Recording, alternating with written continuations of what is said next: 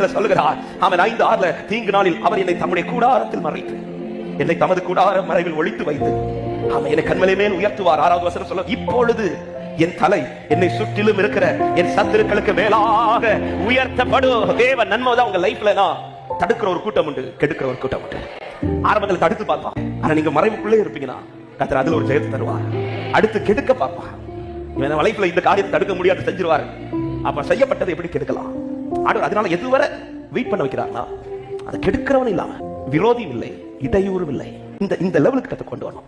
அவன் தருகிற நன்மை நான் பெறும்போது கெடுக்கிற ஒருவன் வந்துடக்கூடாது. யோசேப்பின் வாழ்க்கையில தடுக்கிற கூட்டம் இருந்தாங்க.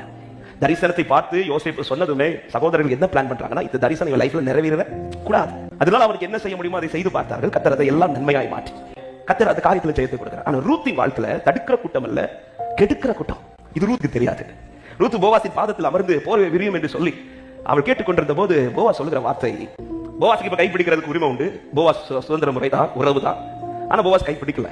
போவாஸ் சொல்ற, நான் இப்ப கைப்பிடிச்சிருவேன், ஆனா ஒருத்தன் வந்து இடையில வந்து நிற்பான் இந்த நன்மையை கெடுக்கிறதுக்கு. இதனால போவாஸ் என்ன சொல்றேன், இப்ப நான் கைப்பிடிக்கல, நான் கைப்பிடிக்கும் போது இந்த இடையூறு இல்லாத அளவுக்கு உனக்கு ஒரு இளைப்பாறுதல் கட்டளை எடுத்தான், நான் உனக்கு கைப்பிடிப்பேன்னு சொல்லிட்டு ரூத்துட்டு என்ன சொல்றாருன்னா, நீ போய் அந்த காரியத்தை டீல் பண்ணல, நீ காத்துட்டு நான் டீல் பண்றேன். அநேக சாத்தானின் கோட்டைகள் தகர்க்கப்பட்டு கொண்டிருக்கிறது, அநேக மனித வல்லமைகள் தகர்க்கப்பட்டு கொண்டிருக்கிறது, அநேக வன்கண்கள் தகர்க்கப்பட்டு கொண்டிருக்கிறது, அநேக பொய் வசனிப்புகள் தகர்க்கப்பட்டு கொண்டிருக்கிறது, அநேக எதிரான ஆயுதங்கள் தகர்க்கப்பட்டு கொண்டிருக்கிறது, அநேக எதிரான நாவுகள் தகர்க்கப்பட்டு கொண்டிருக்கிறது, அநேக பொய் சாட்சிகள் தகர்க்கப்பட்டு கொண்டிருக்கிறது.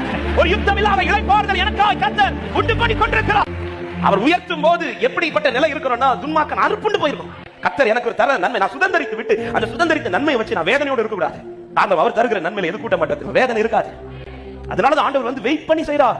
நீங்க இளைப்பாறுதலை தந்த பிறகு எனக்கு நன்மையை செஞ்சா போதும். சில உள்ளத்துக்கு இந்த வார்த்தை ஆவியானவர் தீர்க்க தரிசனமாய் பேசிக் கொண்டிருக்கிறார். இன்னைக்கு சிலதை உங்க கண்களுக்கு முன்பாய் கர்த்தர் காட்டுறார். தடுக்கிற ஒரு கூட்டத்தை காட்டுறார், கெடுக்கிற ஒரு கூட்டத்தை காட்டுறார். நான் நிச்சயமாய் பேசுகிறேன், விசுவாசித்து பலிபீடத்திலிருந்து பேசுகிறேன். ஒரு நேரம் வரப்போகிறது, இந்த ரெண்டு கூட்டமும் இருக்காது. ஆனா உனக்காய் கிரியை செய்கிற ஒருவர் உண்டு என்பது பட்டயத்தை ஏந்தின தூதர்கள் உனக்காய் யுத்தம் பண்ணுகிறார்கள். நீ அறியாத ஒரு யுத்தம், நீ பார்க்காத ஒரு யுத்தம், உன் வாழ்க்கையில் நீ சுதந்திரிக்க தடுக்கிற பல யுத்தங்களை கர்த்தர் செய்து கொண்டிருக்கிறார். கர்த்தர் உனக்கு தீமை எதுவுமே அனுமதிக்கல, அவர் எல்லாவற்றையும் நன்மைக்கு ஏதுவாய் தான் செய்து கொண்டிருக்கிறார். இந்த அழுகை பள்ளத்தாக்கு உனக்கு சாட்சியாய் மாறும், இந்த கண்ணீர் பாதை உனக்கு சாட்சியாய் மாறும். காத்திருக்கிற நீங்கள் போராடுகிற போராட்டத்தை விட காத்திருக்க வைத்த உங்கள் தேவன் உங்களுக்காய் போராடுகிற போராட்டம் அது வல்லமையான போராட்டம். அது தோல்வியில் முடியாது, அது ஜெயத்தில் தான் முடியும். நீ தைரியமாய் காத்திரு. அவர் சும்மா இருக்கவில்லை, உனக்காய் கர்த்தர் எழுந்தருளி ஏதோ செய்து கொண்டிருக்கிறார். நீ காத்திருக்கிற காலம் சும்மா இல்ல, இந்த காலம் வீணல்ல. யோசேப்பு அந்த கூட்டத்தை டீல் பண்ணல, ரூத் இந்த கூட்டத்தை டீல் பண்ணல. இந்த ரெண்டு கூட்டத்தை டீல் பண்றது அவர்தான். ஏன்னா நம்ம டீல் பண்ண போயிட்டு மாம்சீகமா போயிடுவோம், அவர் டீல் பண்ண ஆவில டீல் பண்ணுவான். மாம்சீகமாய் போராடுற தோப்பான், ஆனா ஆவில நடக்கிற யுத்தம் ஒரு நாளும் தோற்காது, அதுல ஜெயம் உண்டா.